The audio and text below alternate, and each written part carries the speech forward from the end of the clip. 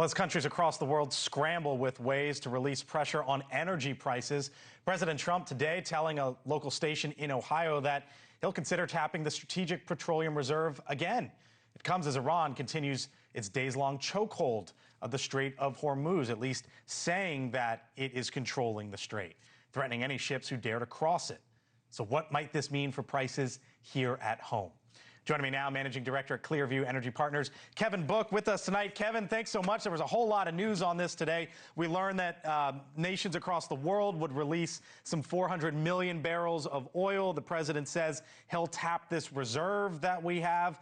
I think most people at home are probably sitting back and going, okay, what does that mean for me? Blake, good to see you. I wish I could say it means that you're going to get a much lower price tomorrow, but that wouldn't be true.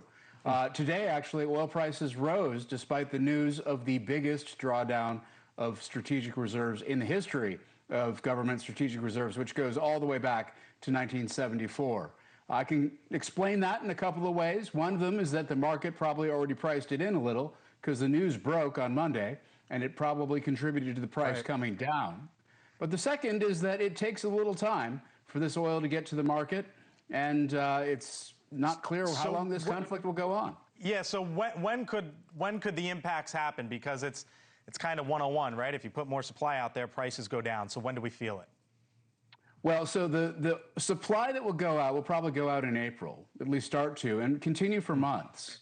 Now, what it would do, it wouldn't necessarily take the edge off prices today or even the near term, but it'd probably keep them from rising higher if this conflict goes on, and maybe not stop them from rising, but maybe stop them from rising as much. The Strategic Petroleum Reserve, President Trump talked about filling it all the way to the top. I want to just show our audience a couple things. First off, what's happened the last 15 years?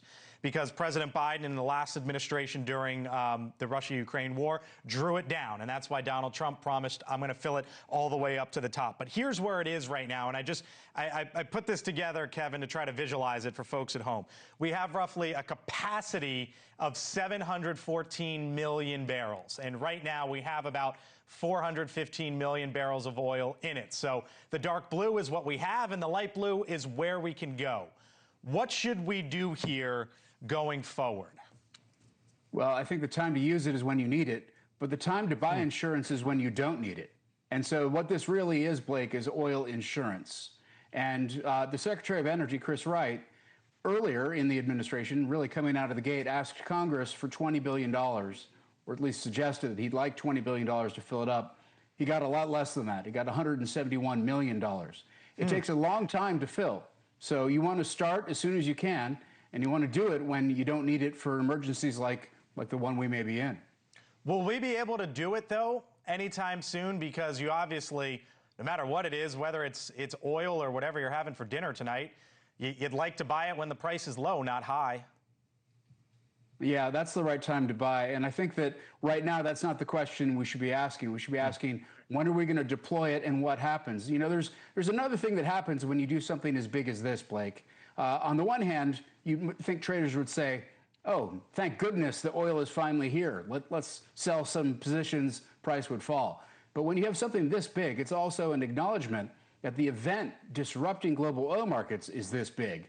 And traders might say, oh my goodness, it's that serious. So you call this insurance, but right now the question is how much of this might go, as we know that 400 million barrels are going to come in worldwide. What do you expect the U.S. to put forward? Well, it hasn't been announced yet officially by the IEA, but the way they do it under the IEA treaty is they apportion the contributions based on consumption within the group.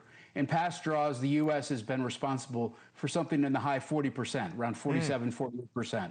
So you're talking, you think we could put forward maybe back of the envelope math, 150 million barrels? Is that where we're going? Because that would be close to, you know, a third of what we have. Yeah, it would be a lot, but that would be how the math has worked in the past. Wow. All right, well, it's one of the big stories we continue to follow. Kevin Book breaking it all down for us. Thank you, sir, for joining us tonight. Thanks for having me. Thank you for watching. Subscribe below and download our NewsNation app right now on your phone, and you will get fact-based, unbiased news for all Americans.